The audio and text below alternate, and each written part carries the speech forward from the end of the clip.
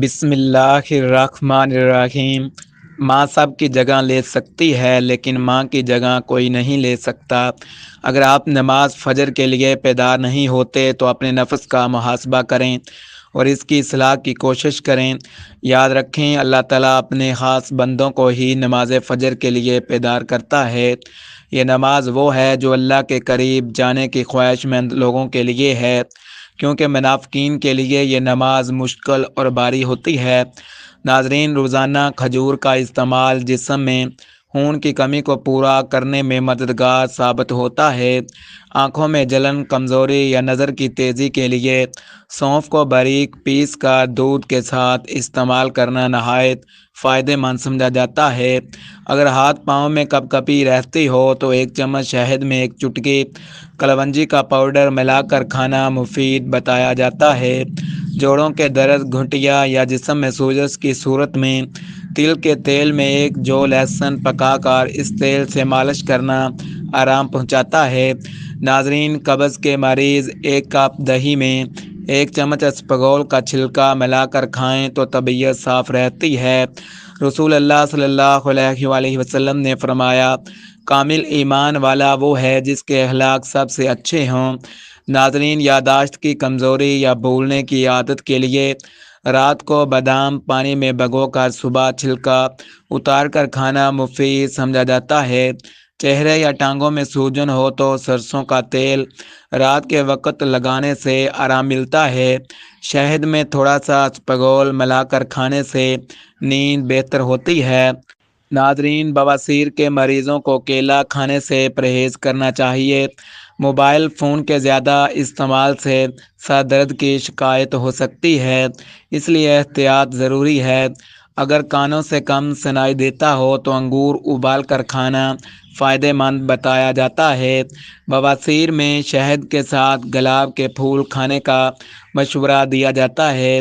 پیٹ میں کیڑے ہوں تو جامن کے پتوں کا قہوہ پینا مفید سمجھا جاتا ہے۔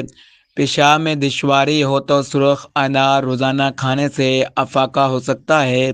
ناظرین، ٹانگوں کے درد میں زیتون کے تیل کو نیم گرم کر کے مالش کرنے سے سکون ملتا ہے۔ زیتون کے تیل میں ادرک کا رس ملا کر بالوں میں لگانے سے بالوں کی صحت بہتر ہوتی ہے۔ بے شک نبی کریم صلی اللہ علیہ وآلہ وسلم پر درود بھیجنا ایک ایسا مرہم ہے جو دل کو شفا بخشتا ہے اور تمام دکھوں اور تکلیفوں کو مٹا دیتا ہے۔ ناظرین، ہڈیوں کے درد میں دودھ کے ساتھ ادرک کا رس اور ہلدی ملا کر پینا مفید بتایا جاتا ہے۔ سر درد میں کدو کے چھلکے چبانے یا چنبیلی کے تیل کی مالش آرام ملتا ہے۔ چنبیلی کا تیل چہرے پر لگانے سے خشکی نہیں ہوتی اور جلد نرم رہتی ہے۔ ذہنی سکون کے لیے روغن بادام فائدہ مند سمجھا جاتا ہے۔ یرقان کے مریضوں کے لیے چنبیلی کے پھول سونگھنا مفید بتایا جاتا ہے۔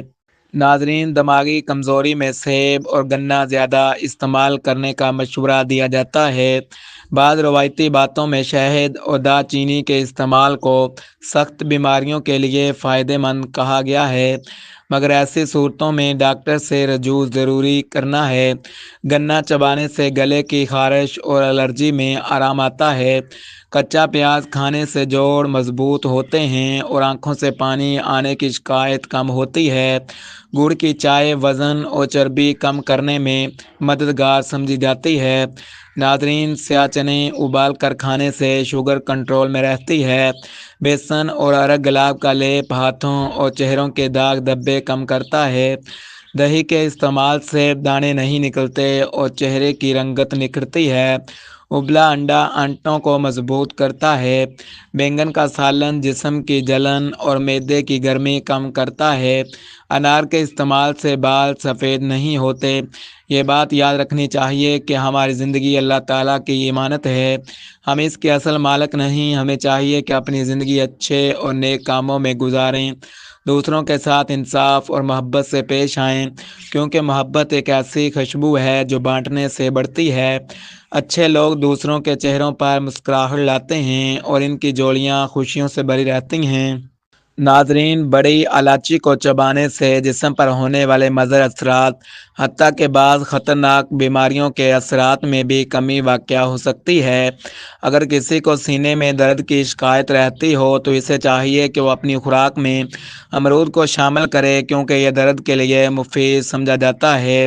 بنی ہوئی مچھلی کا استعمال آنکھوں کی بینائی کو بہتر بنانے میں مددگار ثابت ہوتا ہے۔ جن افراد کی ہڈیاں کمزور ہوں یا جسم میں کیلشیم کی کمی ہو چکی ہو، ان کے لیے نہار منہ آلو بخارا کھانا بہت فائدہ مند مانا جاتا ہے۔ سانس پھولنے کی شکایت ہو تو مالٹے کا استعمال مفید ہے، کیونکہ یہ سانس کی تکلیف میں آرام دیتا ہے۔ اگر وزن حد سے زیادہ بڑھ گیا ہو تو دوپہر کے وقت 2 عدد کچے کیلے شہد میں ڈبو کر کھانے سے وزن کم کرنے میں مدد مل سکتی ہے۔ چائے کا زیادہ استعمال دانتوں کو نقصان پہنچاتا ہے، اس لیے اعتدال ضروری ہے۔ کہا جاتا ہے کہ شام کے وقت گھر میں جھاڑو دینے سے گھر میں برکت میں کمی آتی ہے۔ اسی طرح چلتے چلتے روٹی کھانے سے یادداشت متاثر ہو سکتی ہے۔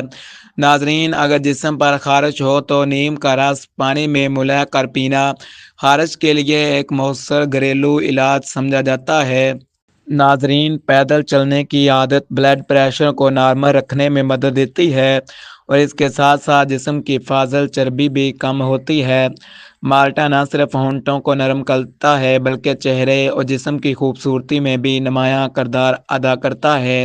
اگر سر کے بال جھڑ رہے ہوں تو نہار منہ ایک دانہ انجیر کھانے سے بالوں کا گرنا کم ہو سکتا ہے۔ انڈے کی سفیدی پلکوں پر لگانے سے پلکیں گھنی ہونے لگتی ہیں۔ ناظرین، بھنڈی کا سالن کھانے کے بعد فوراً دودھ پینے سے پرہیز کرنا چاہیے، کیونکہ اس سے پیٹ میں گیس بن سکتی ہے اور بعض اوقات ہیضے کا خدشہ بھی ہوتا ہے۔ شوگر کے مریضوں کو آم کھانے میں احتیاط کرنی چاہیے، کیونکہ زیادہ آم کھانے سے شوگر لیول بڑھ سکتا ہے۔ رات سونے سے پہلے ناف میں سرسوں کے تیل کے 2 قطرے ڈال کر سونا جسم کو کئی بیماریوں سے محفوظ رکھنے کا ایک پرانا گھریلو نسخہ مانا جاتا ہے۔ گرم دودھ پینے کے فوراً بعد پانی نہیں پینا چاہیے، ورنہ پیٹ میں درد شروع ہو سکتا ہے۔ نہار منہ تھوم بلنگا استعمال کرنے سے چہرے پر دانے نکلنے سے بچاؤ رہتا ہے۔ پانی کے ساتھ ایک دانہ کلونجی کھانے سے قبض میں آرام ملتا ہے۔ ناظرین، کچا انڈا کھانے سے چہرے پر بڑھاپا جلد ظاہر نہیں ہوتا، ایسا بھی کہا جاتا ہے۔ اگر دانتوں میں کیڑا لگنے کی وجہ سے دانت کمزور ہو رہے ہوں تو پیاز کے رس کا 1 چمچ پینا دانتوں کو مضبوط کرنے اور کیڑوں کو ختم کرنے میں مددگار ہو سکتا ہے۔ ناظرین، اسی طرح اگر جسم کے کسی خاص وقت سے پہلے 1 چمچ پیاز کا رس پانی میں ملا کر پیا جائے تو تقریباً 30 منٹ تک جسمانی ڈھیلا پن محسوس نہیں ہوتا۔ کمزوری کے علاج کے لیے پیاز کو ایک بہترین قدرتی غذا سمجھا جاتا ہے۔ اور آخر میں یہ بات یاد رکھنی چاہیے کہ مشکل وقت میں صبر کرنا زندگی کا سب سے اہم اصول ہے۔ اے اللہ، تو ہمارے دل کی تڑپ اور ہماری بے بسیاں خوب جانتا ہے۔ ہماری وہ خاموش دعائیں جو ہم لفظوں میں بیان نہیں کر سکتے، ان پر اپنی خاص رحمت سے کن فرما دے۔ آمین یا رب العالمین۔